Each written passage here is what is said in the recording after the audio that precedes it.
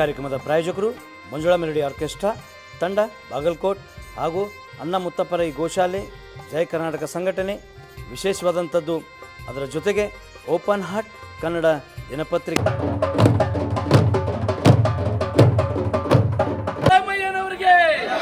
ಕಾಂಗ್ರೆಸ್ ಪಕ್ಷಕ್ಕೆ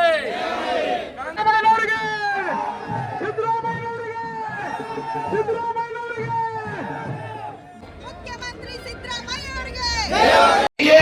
ಅಮಿತ್ ಶಾಗೆ ಮತ್ತು ರಾಜ್ಯದ ಹಿಂದಿನ ಆರೋಪಿ ಯಡಿಯೂರಪ್ಪಗೆ ಅವನ ಮಗ PS ಹಗರಣದಲ್ಲಿ ಆರೋಪಿ ಇರುವಂತ ವಿಜೇಂದ್ರನಿಗೆ, ಸಿಟಿ ರವಿಗೆ, ಶಶಿಕಲಾ ಜೊಲ್ಲೆಗೆ ಮತ್ತು ಅಲ್ಲಿರುವಂತ ಎಲ್ಲ ಆರೋಪದಲ್ಲಿ ಭಾಗಿಯಾಗಿರುವಂತಹ ಹಿಂದಿನ ಬಿಜೆಪಿ ಸರ್ಕಾರದಲ್ಲಿರುವಂತ ಎಲ್ಲ ಶಾಸಕರ ಮೇಲೆ ತನಿಖೆ ಆಗ್ಬೇಕನ್ನುವಂತ ಒತ್ತಾಯ ಇವತ್ತಿದೆ.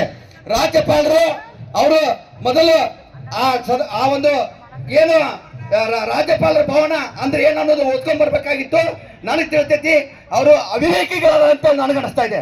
ಯಾಕಂತ ಹೇಳಿದ್ರೆ ರಾಜ್ಯಪಾಲರ ಭೇಟಿ ಆಗ್ಬೇಕಂತ ಹೇಳಿದ್ರೆ ನಾನು ರಾಜ್ಯದ ಎಲ್ಲ ನಾಯಕರುಗಳು ಒಮ್ಮೆ ಅರ್ಜಿ ಸಲ್ಲಿಸಿದ್ದೇವೆ ಅಂದ್ರೆ ತಿಂಗಳಿಗೆ ಒಮ್ಮೆ ಭೇಟಿ ಆಗಕ್ಕೆ ಅವಕಾಶ ಕೊಡ್ತಾರ, 15 ದಿವಸಕ್ಕೊಮ್ಮೆ ಆಗಕ್ಕೆ ಭೇಟಿ ಕೊಡ್ತಾರ. ಆದ್ರೆ ಭ್ರಷ್ಟಾಚಾರದಲ್ಲಿ ಗಣಿ ಆರೋಪದಲ್ಲಿರುವಂತ ಕುಮಾರಸ್ವಾಮಿಗೆ, PS ಹಗರಣದಲ್ಲಿರುವಂತ ವಿಜೇಂದ್ರನಿಗೆ ಮತ್ತು ಶಶಿಕಲಾ ಜೊಲ್ಲೆಗೆ ಇಂಥ ಆರೋಪದಲ್ಲಿರುವಂತಹ ವ್ಯಕ್ತಿಗಳಿಗೆ, ಆರೋಪಿಗಳಿಗೆ ರಾಜಭವನದಲ್ಲಿ ಕುಂತು ಮಾತಾಡಕ್ಕೆ ಅವಕಾಶ ಕೊಡ್ತಾರ ಅಂತ ಹೇಳಿದ್ರೆ ಇವರು ಲಜ್ಜೆಕೆಟ್ಟ ಕೇಂದ್ರ ಸರ್ಕಾರದ ರಾಜ್ಯಪಾಲರು ಇವರು ದಲಾಲರಾಗಿರ್ಬೇಕಾಗಿತ್ತು ಅಂತ ಹೇಳಿ ನನಗೆ ಅನಿಸ್ತೈತಿ. ಇವರು ರಾಜ್ಯ ಸರ್ಕಾರದ ಒಬ್ಬ ನಿಷ್ಠಾವಂತ, ಒಂದೇ ಒಂದು 100 ವರ್ಷದ ಅವಧಿಯಲ್ಲಿ ಒಂದೇ ಒಂದು ಕಪ್ಪು ಚೊಕ್ಕೆ ಇರಲಾರಂತ ರಾಜ್ಯಪಾಲರು ಇವತ್ತು ಏನು ಸಿದ್ದರಾಮಯ್ಯ ಅವ್ರ ಬಗ್ಗೆ ಮಾತಾಡ್ತಾ ಇದ್ದಾರೆ ಅಂತ ಹೇಳಿದ್ರೆ, ಇವತ್ತು ನಾವು ರಾಜ್ಯದ ಏನು ಜಿಲ್ಲೆಯಿಂದ ಬಂದಂತ ಏನಾದ್ರಿ ದಯಮಾಡಿ ಎಲ್ಲ ಕಾರ್ಯಕರ್ತರು, ಮುಖಂಡರು ಇವತ್ತು ಏನು ರಾಜ್ಯ ಸರ್ಕಾರದ ವಿರುದ್ಧ ಇವತ್ತು ಸಿದ್ದರಾಮಯ್ಯ ಅವರು ವಿರುದ್ಧ ಮಾಡ್ತಾ ಇದ್ದಾರೆ.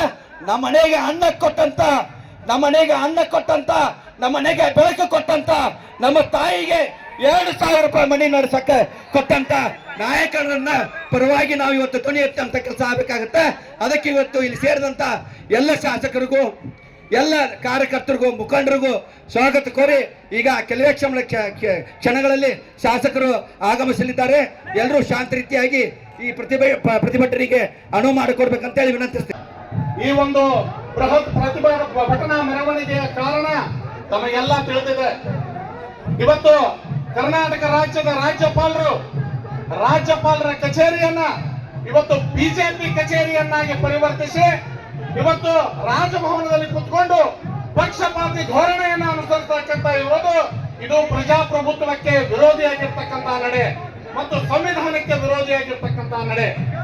ಈ ರಾಜ್ಯದಲ್ಲಿ ತಮ್ಮದೇ ಆಗಿರ್ತಕ್ಕಂಥ ಸುಮಾರು 45 ವರ್ಷಗಳ ರಾಜಕೀಯ ಇತಿಹಾಸವನ್ನು ಹೊಂದಿರತಕ್ಕಂತ ಜನಪ್ರಿಯ ನಾಯಕರು, ಈ ರಾಜ್ಯದ ಘನವೆತ್ತ ಮುಖ್ಯಮಂತ್ರಿಗಳು, ದೀನ, ದಲಿತ, ಶೋಷಿತ, ವಂಚಿತ ಹಾಗೂ ಎಲ್ಲಾ ವರ್ಗದ ಬಡವರ ನಾಯಕರಾಗಿರ್ತಕ್ಕಂಥ ಸನ್ಮಾನ್ಯ ಸಿದ್ದರಾಮಯ್ಯ ಸಾಹೇಬರ ಮೇಲೆ ಕಾರಣ ಇಲ್ಲದೆ ಇವತ್ತು ಪ್ರಾಸಿಕ್ಯೂಷನ್ಗೆ ಅನುಮತಿಯನ್ನ ಕೊಟ್ಟಿರ್ತಕ್ಕಂಥದ್ದು ಇವತ್ತು ಇದು ಪಕ್ಷಪಾತಿ ಧೋರಣೆ ಮತ್ತು ಕೇಂದ್ರದ ಬಿಜೆಪಿಯ ಪ್ರಧಾನಮಂತ್ರಿ ನರೇಂದ್ರ ಮೋದಿ ಮತ್ತು ಪ್ರಜಾಪ್ರಭುತ್ವ ವಿರೋಧಿ ಗೃಹ ಮಂತ್ರಿ ಅಮಿತ್ ಶಾ ಅವರ ಚಿತಾವಣೆಯ ಮೇರೆಗೆ ಇವತ್ತು ಜನದ್ರೋಹಿಯಾಗಿರ್ತಕ್ಕಂಥ ಈ ರಾಜ್ಯದ ರಾಜ್ಯಪಾಲರಾಗಿರ್ತಕ್ಕಂಥ ಏನು ತಾವರ್ ಸಿಂಗ್ ಗೆಹ್ಲೋಟ್ ಅವರಿದ್ದಾರೆ, ಈ ರಾಜ್ಯದ ಮುಖ್ಯಮಂತ್ರಿ ಅವರ ಮೇಲೆ ಇವತ್ತು ಕೊಟ್ಟಿರ್ತಕ್ಕಂಥ ಪ್ರಾಸಿಕ್ಯೂಷನ್ಗೆ ಅನುಮತಿಯನ್ನು ಕೊಟ್ಟಿದ್ದಾರೆ.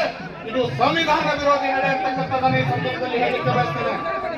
ಸ್ನೇಹಿತರೆ, ನಮಗೆಲ್ಲ ಗೊತ್ತಿದೆ ಹಿಂದಿನ 5 ವರ್ಷಗಳ ಅವಧಿಯಲ್ಲಿ ಬಿಜೆಪಿ ಯಾವ ರೀತಿಯಾಗಿರ್ತಕ್ಕಂಥ ಭ್ರಷ್ಟಾಚಾರವನ್ನ ಈ ರಾಜ್ಯದಲ್ಲಿ ನಡೆಸ್ತು ಅಂತ ಹೇಳಿ 40% ಸರ್ಕಾರ ಅಂತಕ್ಕಂಥ ಕುಖ್ಯಾತಿಗೆ ಯಾವುದಾದ್ರೂ ಒಂದು ರಾಜ್ಯ ಸರ್ಕಾರ ಕಾರಣ ಆಗಿದ್ರೆ ಅದು ನಮ್ಮ ರಾಜ್ಯದ ಬಿಜೆಪಿ ಸರ್ಕಾರ ಅನ್ನೋದನ್ನ ಈ ಸಂದರ್ಭದಲ್ಲಿ ನೆನಪಿಸಲಿಕ್ಕೆ ಬಯಸ್ತೇನೆ. ಆದ್ರೆ ಅಂತೆಲ್ಲ ಭ್ರಷ್ಟಾಚಾರವನ್ನು ಇಟ್ಕೊಂಡು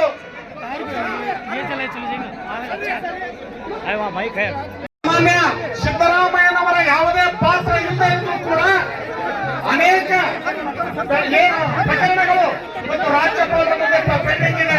ಸಾಮಾನ್ಯ ಯಡಿಯೂರಪ್ಪನವರ ಭ್ರಷ್ಟಾಚಾರ ಪ್ರಕರಣ ಆಗಿರ್ಬೋದು, ಜನಾರ್ದನ್ ರೆಡ್ಡಿ ಅವರ ಭ್ರಷ್ಟಾಚಾರ ಪ್ರಕರಣ ಆಗಿರ್ಬೋದು, ಶಶಿಕಲಾ ಜೊಲ್ಲೆ ಅವರ ಭ್ರಷ್ಟಾಚಾರ ಪ್ರಕರಣ ಆಗಿರಬಹುದು, ನಿರಾಣಿ ಅವರ ಭ್ರಷ್ಟಾಚಾರ ಪ್ರಕರಣ ಆಗಿರಬಹುದು.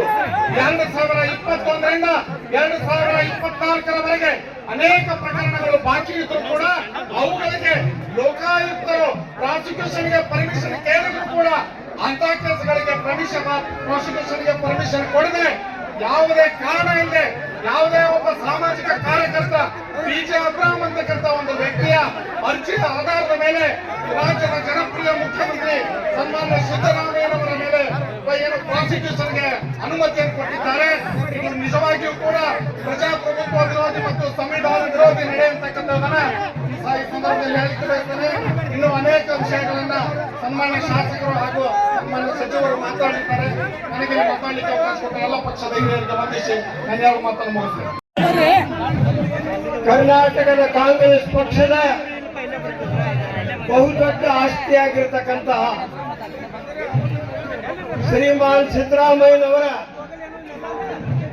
ಮೇಲೆ ಇಲ್ಲ ಸಲ್ಲದ ಮೂಢ ಆಪಾದನೆ ಮಾಡಿ ಅವರ ಮೇಲೆ ಕೇಸ್ ದಾಖಲು ಮಾಡಲು ಅನುಮತಿಯನ್ನ ನೀಡುವಂತಹ ಒಂದು ನಿರ್ಣಯಕ್ಕೆ ಖಂಡಿಸಿ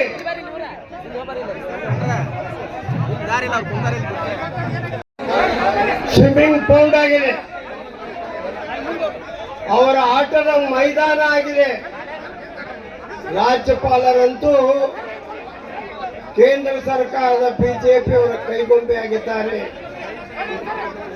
ಎಲ್ಲ ಕಾನೂನುಗಳ ಸಂವಿಧಾನದ ನಿಯಮಗಳನ್ನ ಗಾಳಿಗೆ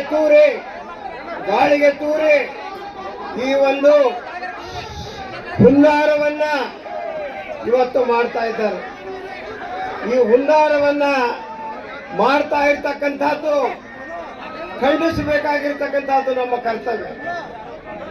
ನಿರಂತರ 2 ಸಾರಿ ಮುಖ್ಯಮಂತ್ರಿ ಆದಾಗಲೆಲ್ಲ ಬಡವರ ಸಲುವಾಗಿ ಅನೇಕ ಕಾರ್ಯಕ್ರಮಗಳನ್ನ ರಾಜ್ಯದ ಜನತೆಯ ಬಡ ಜನತೆಗೆ ಕೊಟ್ಟಿದ್ದಾರೆ ಶ್ರೀಮಾನ್ ಸಿದ್ದರಾಮಯ್ಯ.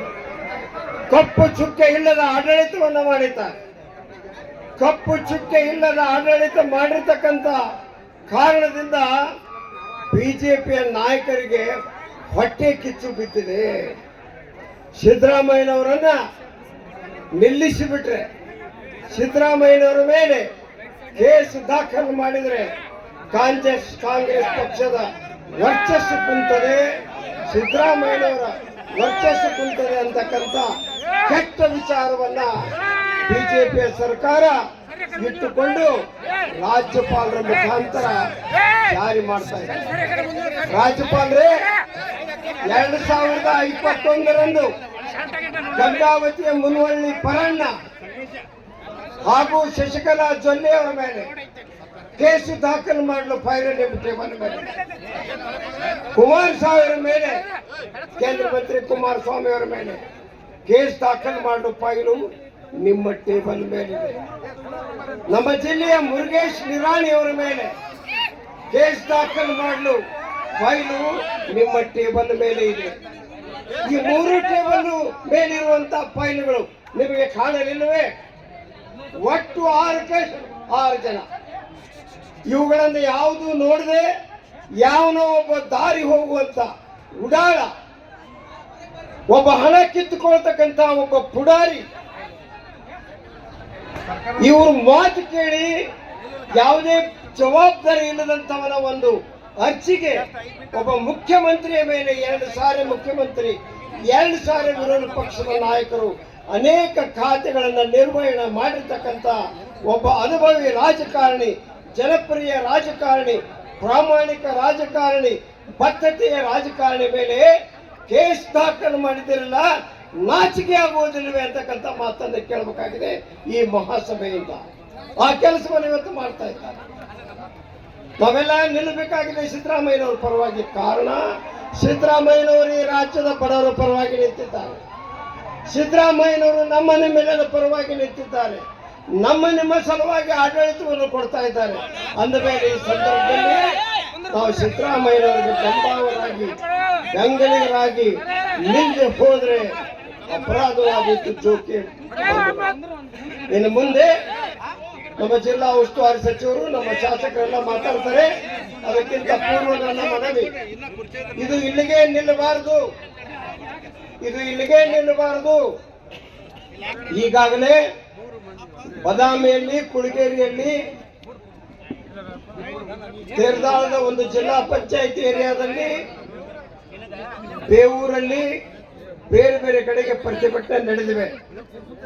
ಇನ್ನು ಮುಂದೆ ಪ್ರತಿ ಪಂಚಾಯಿತಿ ಮಟ್ಟದಲ್ಲಿ ಬಂಧುಗಳೇ 7 ಮತಕ್ಷೇತ್ರದಲ್ಲಿ ಪ್ರತಿ ಗ್ರಾಮ ಪಂಚಾಯಿತಿ ಹೆಡ್ ಕ್ವಾರ್ಟರ್ದಲ್ಲಿ ಎಷ್ಟೇ ಜನ ಸೇರಿ ಈ ಪ್ರತಿಭಟನೆಯನ್ನ ನಿರಂತರವಾಗಿ ಮಾಡೋಣ ಅಂತಕ್ಕಂಥ ಇವತ್ತಿನ ಈ ಸಂದರ್ಭದಲ್ಲಿ ನಾವು ತೀರ್ಮಾನವನ್ನು ಮಾಡೋಣ. ನಿಮ್ಮೆಲ್ಲರ ಬೆಂಬಲ ಇರಲಿ ಅಂತಕ್ಕಂಥ ಆ ಕೆಲಸವನ್ನ ನಾಳೆಯಿಂದಲೇ ಪ್ರಾರಂಭ ಮಾಡೋಣ ಅಂತಕ್ಕಂಥ ಮಾತು. ನಿಮ್ಮ ತಾರೀಖನ್ನ ನೀವು ಗೊತ್ತು ಮಾಡಿಕೊಳ್ಳಿ. ಪ್ರಾಯೋಜಕರು ಮಂಜುಳಾ ಮೆಲೋಡಿಸ್ ಆರ್ಕೆಸ್ಟ್ರಾ ತಂಡ ಬಾಗಲಕೋಟೆ ಹಾಗೂ ಸರ್ವಶ್ರೇಷ್ಠ ಕ್ರಿಯೇಷನ್ ಸಾಂಸ್ಕೃತಿಕ ಸಂಸ್ಥೆ ಅಣ್ಣ ಮುತ್ತಪ್ಪರೈ ಗೋಶಾಲೆ ಹಾಗೂ ಜಯ ಕರ್ನಾಟಕ ಸಂಘಟನೆ ಬಾಗಲಕೋಟೆ, ಓಪನ್ ಹಾರ್ಟ್ ಕನ್ನಡ ದಿನಪತ್ರಿಕೆ ಬಾಗಲಕೋಟೆ.